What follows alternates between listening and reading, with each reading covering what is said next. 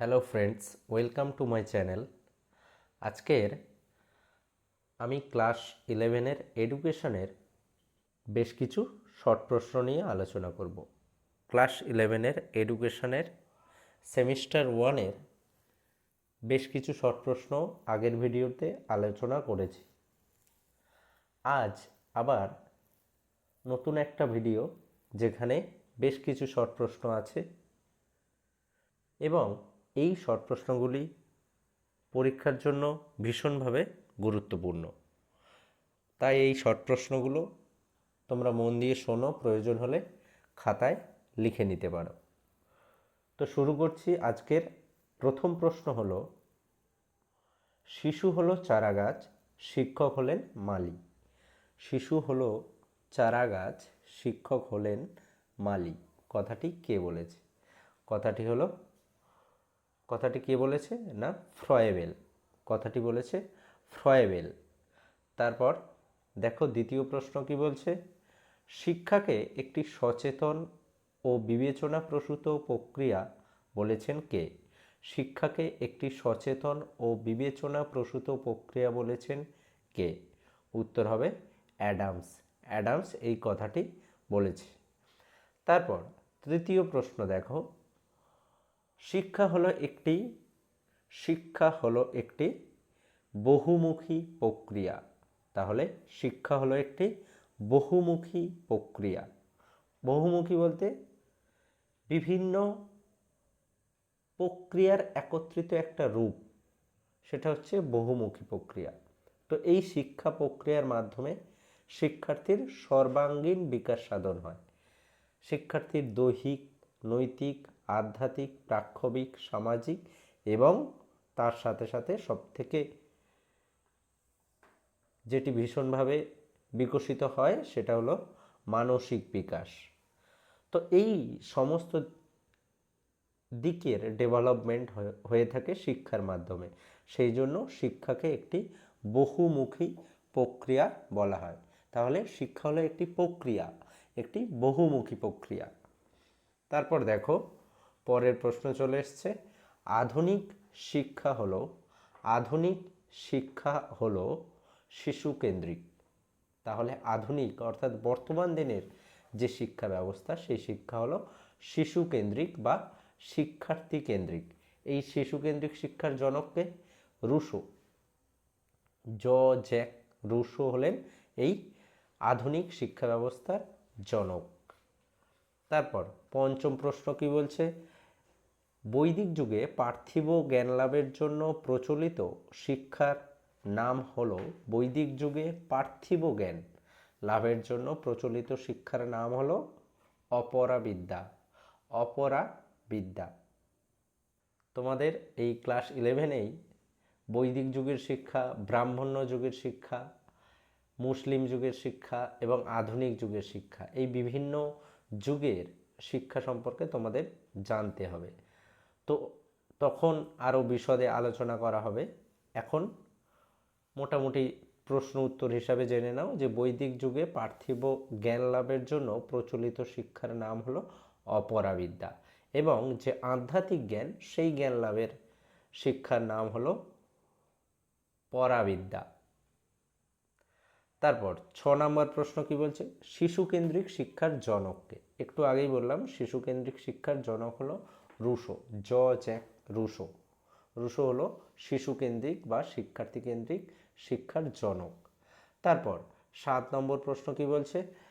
Education its data and first principles. Education its data and first principles গ্রন্থটির লেখককে? গ্রন্থটির লেখক হলো পার্সি নান। পার্সি নান হলো এই গ্রন্থটির লেখক। তারপর পরের প্রশ্ন কি বলছে। শিক্ষা হলো একটি দ্বিমুখী প্রক্রিয়া। শিক্ষা হলো একটি দ্বিমুখী প্রক্রিয়া। কে বলেছেন? বলেছেন কে? না, অ্যাডামস। অ্যাডামস বলেছে। তারপর 9 নম্বর প্রশ্ন আমরা দেখব। 9 নম্বর প্রশ্ন কি বলছে। না, প্রাচীন ভারতীয় শিক্ষা হলো ধর্মকেন্দ্রিক। ধর্মকে কেন্দ্র করেই প্রাচীন ভারতের শিক্ষা পরিচালিত হতো। প্রাচীন ভারতের শিক্ষায় তোমরা পড়বে ব্রাহ্মণ্য যুগের এবং বৌদ্ধ যুগের শিক্ষা। তো এই দুটো ক্ষেত্রেই বিশেষত ধর্মকে কেন্দ্র করেই, ব্রাহ্মণ্য যুগে হচ্ছে ব্রাহ্মণ্য শিক্ষা, আর আর বৌদ্ধ যুগে হচ্ছে বৌদ্ধ ধর্মকে কেন্দ্র করেই শিক্ষা পরিচালিত হতো। সেই জন্য বলছে প্রাচীন ভারতীয় শিক্ষা হলো ধর্মকেন্দ্রিক। তারপর 11 নম্বর প্রশ্ন এখানে কি বলছে, শিক্ষাক্ষেত্রে শিক্ষার্থীর মূল ভূমিকা হলো, শিক্ষাক্ষেত্রে শিক্ষার্থীর মূল ভূমিকা হলো, তার মানে শিক্ষাক্ষেত্রে শিক্ষার্থীর ভূমিকা কি, প্রশ্নটা ভালো করে দেখে উত্তর দিতে হবে। শিক্ষার্থীর মূল ভূমিকা বলেছে গ্রহীতা, শিক্ষকের মূল ভূমিকা হলো দাতা এবং শিক্ষার্থীর মূল ভূমিকা হলো গ্রহীতা, অর্থাৎ শিক্ষক দান করবেন এবং শিক্ষার্থী গ্রহণ করবেন, এটাই বলা হয়েছে। তারপর দেখো 11 নম্বর প্রশ্নে চলে এসেছি আমরা।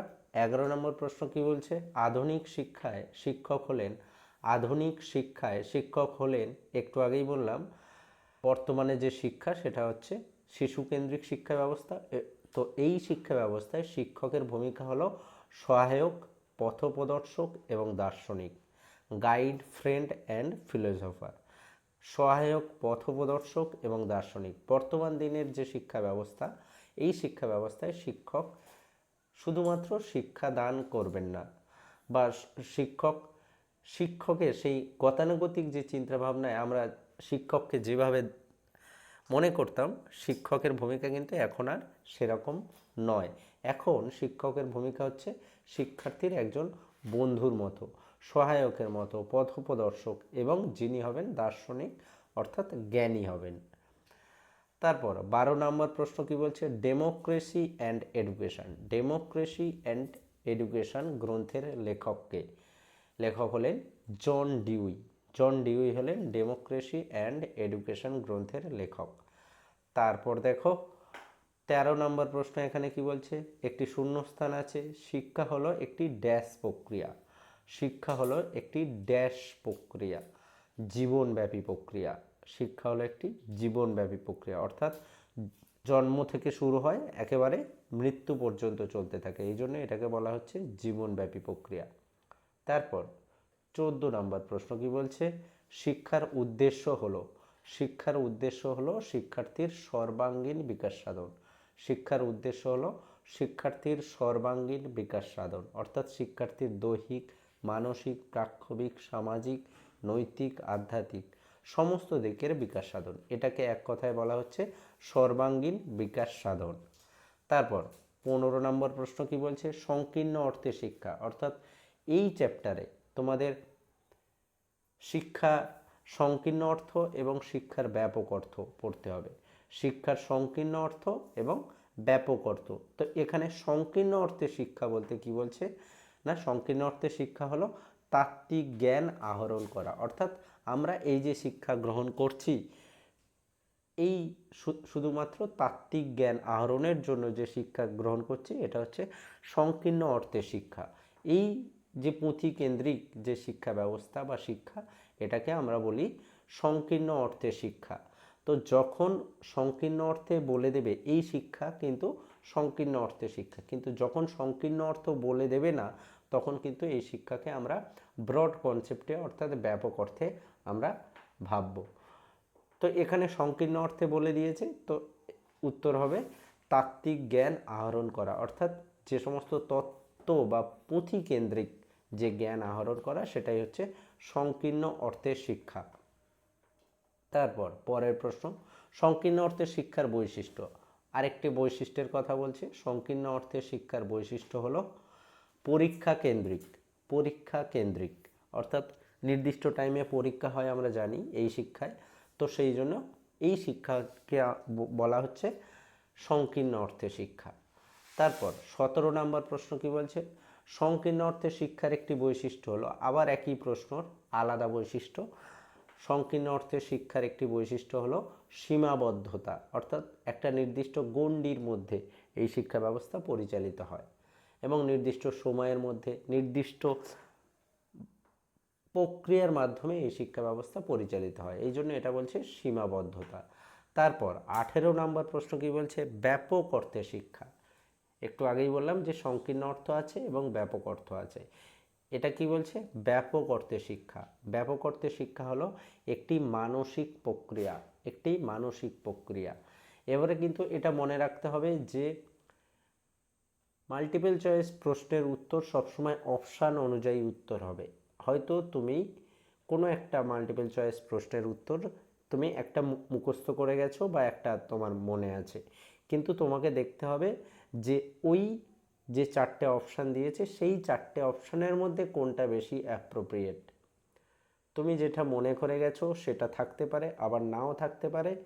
যদি সেটাও থাকে তাহলে অনেক সময় দেখা যাবে যে তুমি যেটা এই প্রশ্নের উত্তর, এই ধরো ব্যাপক অর্থে শিক্ষা হলো, তুমি পড়ে গেছো একটি মানসিক প্রক্রিয়া, সেখানেও উত্তর দেখেছো যে একটি মানসিক প্রক্রিয়া, কিন্তু এর থেকেও আরও অ্যাপ্রোপ্রিয়েট উত্তর আছে, তখন কিন্তু তোমাকে সেই উত্তরটা দিতে হবে। এডুকেশানে মাল্টিপল চয়েস প্রশ্নের ক্ষেত্রে এটা একটা বড় সমস্যা তৈরি করে যে একই টাইপের বিভিন্ন উত্তর মাল্টিপল চয়েস প্রশ্নে থাকে। সবগুলো উত্তর, বিশেষ করে 3টে উত্তর দেখলে মনে হবে যে ঠিক, 3টে সবই ঠিক, কিন্তু তার মধ্যে কোনো একটা থাকবে হয়তো অ্যাপ্রোপ্রিয়েট অ্যান্সার, সেটা কিন্তু বেছে নিতে হবে। এটা এডুকেশানে একটা বড় সমস্যা তৈরি করে। একই টাইপের সামান্য কিছু পার্থক্য থাকবে উত্তরগুলোর মধ্যে, সবগুলোকেই মনে হবে যে সবগুলোই ঠিক উত্তর, কিন্তু তার মধ্যে থেকে তোমাকে অ্যাপ্রোপ্রিয়েট উত্তরটা বেছে নিতে হবে, তা না হলে তোমার প্রশ্নের উত্তর কিন্তু ভুল হয়ে যাবে। তারপর 19 নম্বর প্রশ্ন কি বলছে, ব্যাপক অর্থে শিক্ষা হলো। ব্যাপক অর্থে শিক্ষা হলো শিক্ষার্থী কেন্দ্রিক শিক্ষা। এখানে এই শিক্ষার্থী কেন্দ্রিক শিক্ষা তুমি পড়ে গেছো এবং এটাও দিয়েছে যে শিক্ষার্থী কেন্দ্রিক শিক্ষা, তুমি ওই উত্তরটা টিক দিয়ে এলে, কিন্তু দেখা গেল যে ওই উত্তরটা ওখানে গুরুত্ব দেওয়া হলো না, অন্য এর থেকেও আরও ভালো উত্তর বা ভালো অপশান ওখানে ছিল, সেই উত্তরটাকেই সঠিক বলে বিবেচনা করা হয়েছে। তো এই উত্তরটাও ঠিক, কিন্তু অ্যাপ্রোপ্রিয়েট উত্তর হচ্ছে ওটা। তো সেক্ষেত্রে তোমাকে কিন্তু এই উত্তরটা দেওয়ার জন্য তখন কিন্তু ঠিক দেওয়া হবে না, তখন ওই অ্যাপ্রোপ্রিয়েট উত্তরের জন্য যারা ওই উত্তরটা দেবে তারা কিন্তু 1-এ 1 পাবে। তো যাই হোক, সেই জন্য প্রশ্নের অপশান দেখে, অর্থাৎ উত্তরে যে 4টি অপশান থাকবে সেই অপশান অনুযায়ী উত্তর হবে, এবং তার জন্য কনসেপ্ট ভালো করে বুঝতে হবে। কনসেপ্ট অনুযায়ী প্রচুর প্রশ্ন হবে কনসেপ্টের উপর ভিত্তি করে, এবং তোমাকে অপশান দেখে বুঝতে হবে যে কোনটা সঠিক উত্তর, এই প্রশ্নের জন্য সঠিক কোনটা, 4টের মধ্যে সঠিক কোনটা। তারপর 20 নম্বর প্রশ্ন কি বলছে, ড্যাশ এর মতে শিক্ষা বলতে আমি বুঝি শিশুর শারীরিক, মানসিক ও আধ্যাত্মিক উন্নয়নকে। ড্যাশ এর মতে শিক্ষা বলতে আমি বুঝি শিশুর শারীরিক, মানসিক ও আধ্যাত্মিক উন্নয়নকে। কার মতে? গান্ধীজির মতে। গান্ধীজির মতে, অর্থাৎ গান্ধীজি শিক্ষাকে এইভাবে বিচার বিশ্লেষণ করেছিলেন, বা শিক্ষার সংজ্ঞা এইভাবে তিনি দিয়েছিলেন।